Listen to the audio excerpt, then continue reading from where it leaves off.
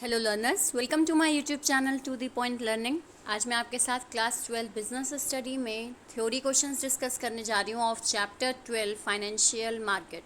Already इससे पहले chapter 1 से लेकर चैप्टर 9 के थ्योरी क्वेश्चंस मैंने डिस्कस किए हैं अपने प्रीवियस वीडियोज़ में। अगर आपने वो नहीं देखे हैं तो इसी वीडियो के डिस्क्रिप्शन बॉक्स में आपको उन सब के लिंक मिल जाएंगे, आप उन्हें ज़रूर देख लीजिए ताकि आपका जो एग्ज़ाम है उसमें आपको कम से कम इतना क्लियर रहे कि कौन से ऐसे टॉपिक हैं जिनके थ्योरी क्वेश्चंस आ सकते हैं, थ्योरी कहाँ से प्रिपेयर की जाए।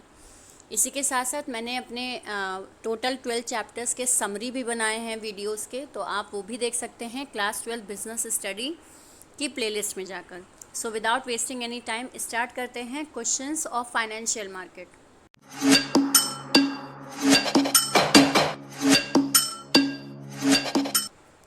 सबसे पहले है question number 1, differentiate between capital market and money market on the basis of following. Capital market और मनी मार्केट में डिफरेंस करना है, बेसिस ऑलरेडी दे चुके हैं। पहले भी वीडियोस में मैंने बताया है कि डिफरेंस बिटवीन जो है वो अब आपके बिजनेस स्टडी में बेसिस दे कर आते हैं, यानी कि बेसिस ऑलरेडी दे दिए जाते हैं, आपको उन्हीं बेसिस को लेकर डिफ्रेंशिएट करना होता है। इसीलिए डिफरेंस बिटवीन बहुत अच्छे से याद करिए और कहीं कोई भी बेसिस को मत छोड़िए। पहला सेफ्टी के बेस पर पूछा गया है कि फाइनेंशियल कैपिटल मार्केट और मनी मार्केट में डिफरेंस क्या है। दूसरा है आपका एक्सपेक्टेड रिटर्न किस हिसाब से मिलते हैं, इन्वेस्टमेंट आउटले क्या रहता है, पार्टिसिपेंट्स कौन कौन रहते हैं और ड्यूरेशन क्या रहते हैं। तो आपके चैप्टर फाइनेंशियल मार्केट में difference between capital market, money market और साथ ही साथ प्राइमरी मार्केट और सेकेंडरी मार्केट, इनका डिफरेंस बिटवीन दे रखा है, तो आप वहाँ से उसे ज़रूर अच्छे से पढ़ लीजिएगा और सारे बेसिस पढ़िएगा, कोई भी मत छोड़िएगा।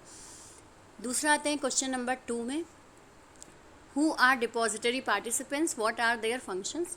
डिपॉजिटरी पार्टिसिपेंट्स कौन होते हैं और उनके फंक्शंस क्या होते हैं। डिपॉजिटरी पार्टिसिपेंट्स जो होते हैं वो आपके ट्रेडिंग प्रोसीजर में एज अ ब्रोकर भी वर्क करते हैं और आपका जो डीमैट अकाउंट वगैरह होता है उसे बनाने में हेल्प करते हैं डिपॉजिटरी पार्टिसिपेंट्स। तो उस केस में इनका काम क्या होता है, फंक्शन क्या होता है, वो भी आपको बताना है। तो आपके चैप्टर्स में ये चीज़ दे रखी है डिपॉजिटरी पार्टिसिपेंट्स के बारे में, और आई थिंक 4 और 5 पॉइंट्स आपको फंक्शंस में भी दे रखे हैं।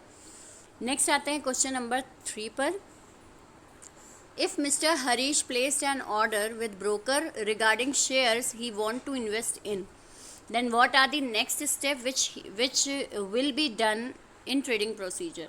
अगर मिस्टर हरीश जो हैं वो अपना ऑर्डर प्लेस कर चुके हैं अपने ब्रोकर के पास शेयर्स के मामले में कि उन्हें किस तरह के शेयर्स वगैरह चाहिए हैं, तो अब इसके बाद उनके नेक्स्ट स्टेप्स क्या होंगे ट्रेडिंग प्रोसीजर में।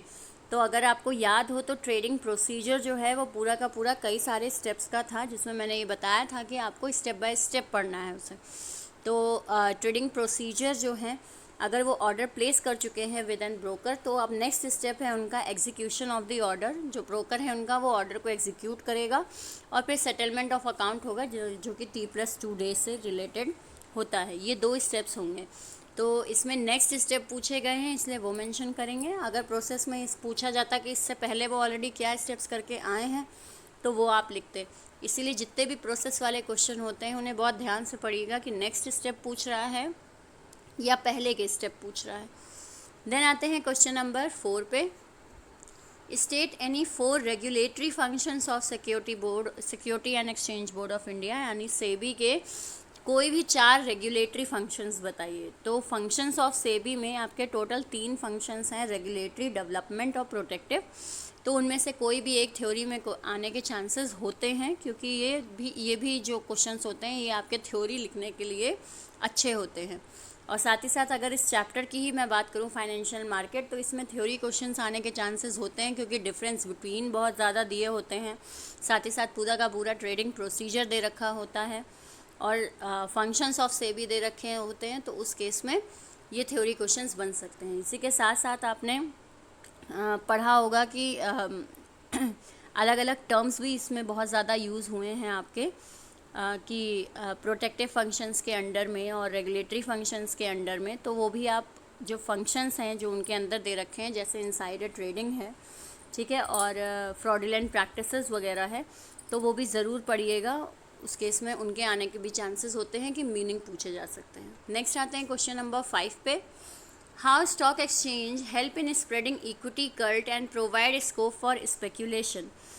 जो आपका सेबी है वो किस तरीके से हेल्प करता है इस इक्विटी कल्ट को स्प्रेड करने में। तो इक्विटी कल्ट का मतलब होता है अवेयरनेस रिगार्डिंग ट्रेडिंग प्रोसीजर, तो उसको स्प्रेड होने में कैसे हेल्प करता है, और साथ ही साथ स्पेक्यूलेशन को कैसे प्रमोट करता है, तो वो भी।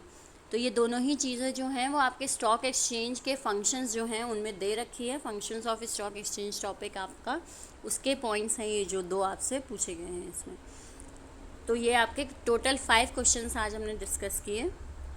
आई होप आपको इतने क्लियर हुए हों। अगर कहीं कोई भी डाउट है तो कमेंट सेक्शन में ज़रूर लिखें, और साथ ही साथ अगर वीडियो हेल्पफुल लगा हो तो लाइक का बटन ज़रूर क्लिक करें, और साथ ही साथ चैनल को सब्सक्राइब कर ले, बेल आइकन पे ज़रूर क्लिक करें ताकि जो भी वीडियोस मैं डालूँ उसका लेटेस्ट नोटिफिकेशन आपके मोबाइल पे फ्लैश हो।